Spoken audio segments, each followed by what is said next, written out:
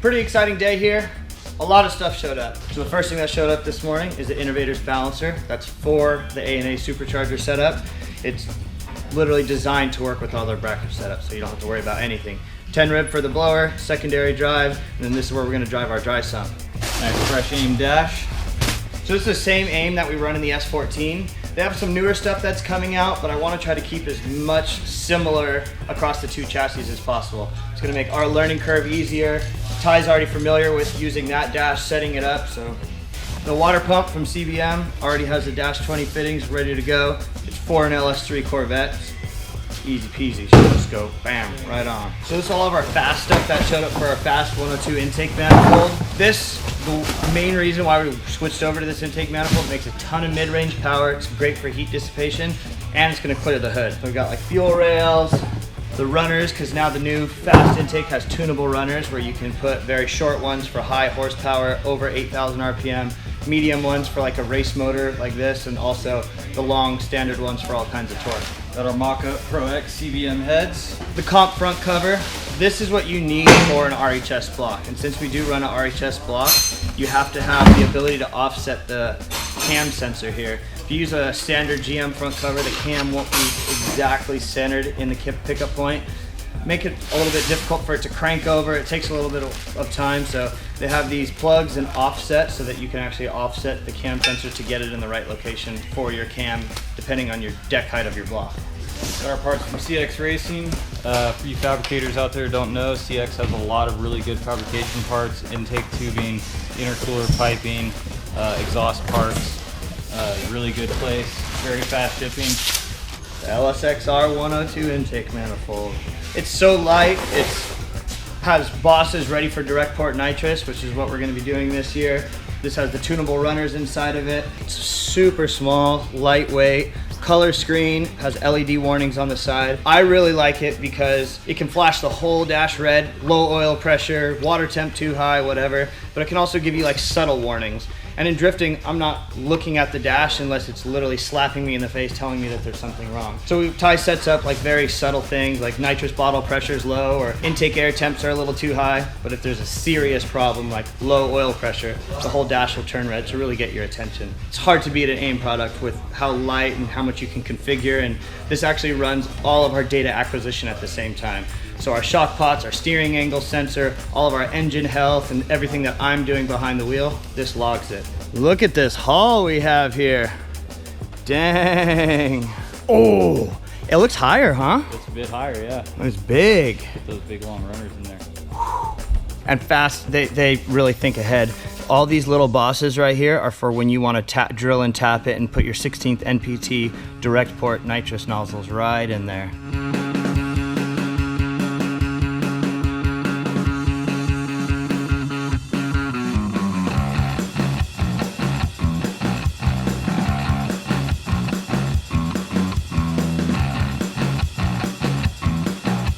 So right now, what we're doing is putting on our Cbm Pro Heads. Since they are a little bit different, where the port location is, how things fit, a little bit taller deck, all that stuff, we really want to make sure that we're using the same heads that we're going to be using on the engine for our final fitment when we go to build intercooler piping and make sure the intake manifold and everything lines up. So taking off the old like stock LS3 heads, putting those Cbm heads on there, going to put the proper water pump that Cbm did for us with their Dash 20s, our RHS front cover, balancer, kind of continuing on the mock-up and putting the parts that we're actually going to be using on the engine.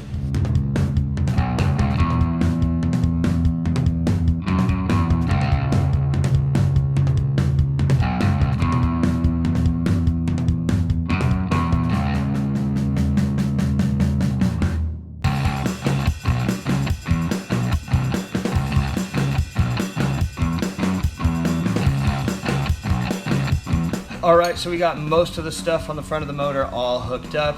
Got the supercharger on, got the new water pump on, just need the stuff to get the belt on. Then I'm gonna set the intake manifold on and just kind of look what we got. Since it's all new stuff, just wanna make sure it all works together.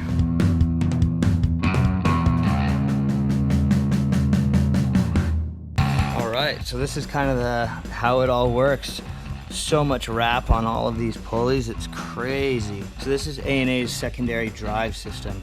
So basically the balancer drives this pulley, and that pulley then drives your accessories. And they do that so that you have a dedicated belt just for the supercharger. That way you're able to put serious torque on the belt, and this is 10 rib big boy, so you're not having to put your accessories through that much belt tension.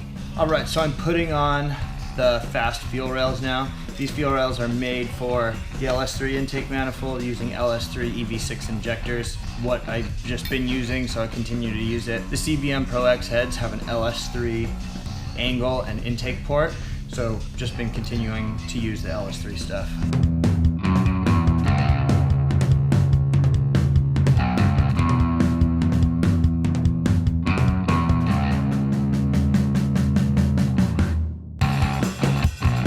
Alright, so the oil cooler showed up from CX Racing today. Really nice. This is like a Mazda FC something or other, but it should fit. Bam, right there. All nice and V-mounted. Got some fittings just to kind of check it out and see how it's all gonna lay out. Power steering cooler, which is gonna go right here. Nice and out of the way.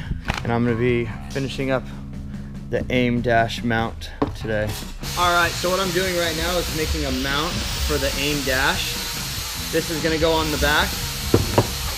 And this is a piece of the steering column, the extra one that's been floating around on the steering column. I'm gonna make this mount to this with a couple of tabs that I'm gonna have to weld on there. Pretty nice piece. I took my time cutting it out on the bandsaw so it's nice and smooth. And now I'm gonna make the 2 tabs that connect to it.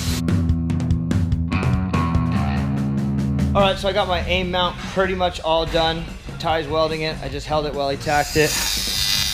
But yeah, that thing is gonna be nice. Got the mount done, super lightweight. Of course, some more speed holes. Ty welded it up for me on the side, and that Woodward steering column mount fits right in here with the little groove so that I can tilt it back and forth. So I'm gonna assemble it, set it in the car, see how it looks. I'm such a nerd with this kind of stuff. Like, I legit spent like all day on this. You know, doing a bunch of other stuff and going to lunch, of course, but still. And it's nice to be able to take my time. I haven't always been able to do this.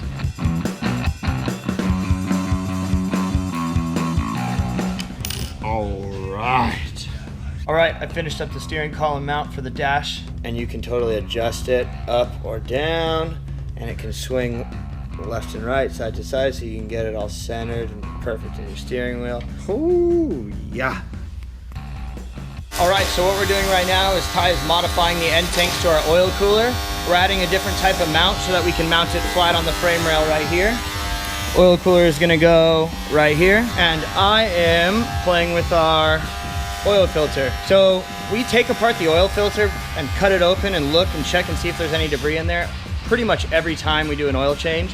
So instead of having to cut open a regular filter, we figured might as well just get a filter that you have to take apart to change the elements every time anyway. So I think this is gonna go good, and we're gonna try to mount it up underneath the cross member.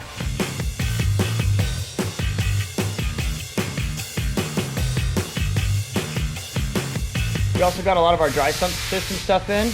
We got everything from ARE. So this, for example, is the breather going from the dry sump tank. You can see we have our pan, three stage.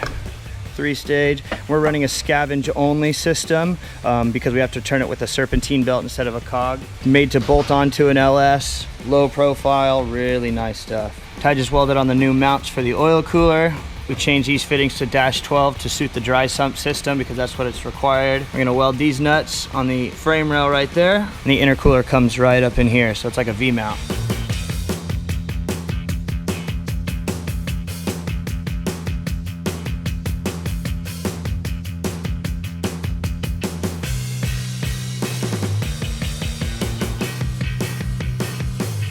So after about 3 hours of deliberation, we settled on this oil filter and its location.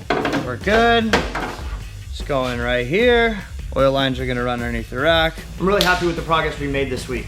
We got a lot of like big ticket items, a lot of parts here. Got a lot of those parts on the car. It feels good, it's rewarding. A lot of those things didn't take up a lot of time, but at least it makes me feel good, and it looks like we did a lot, and that's always great. Really excited with the stuff like my aim mount, all those little things that I spent way too much time on. Getting the supercharger on and the intake manifold and the fuel rails and all that just really gives me a good overall layout of what's going to happen. So now I can start thinking, do I want this fitting here? Do I want a 90 fitting here? Because I'm just a total nerd when it comes to which way lines are going to be routed and how I'm going to be doing it. So it's exciting for me. It feels like the project's coming together. Make sure you tune in next Tuesday where we're really going to be working with the dry sump system. Hopefully those parts all come in and we'll be able to get them on the car. Let me know what you guys think, what you guys prefer. Am I doing it wrong? Am I overlooking some parts?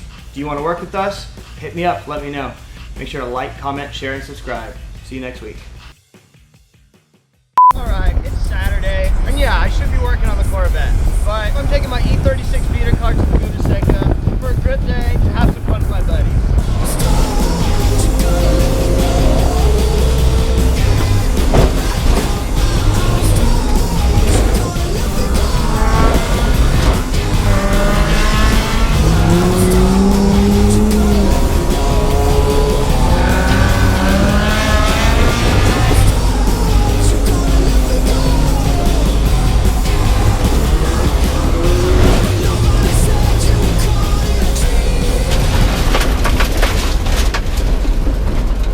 Too much fun.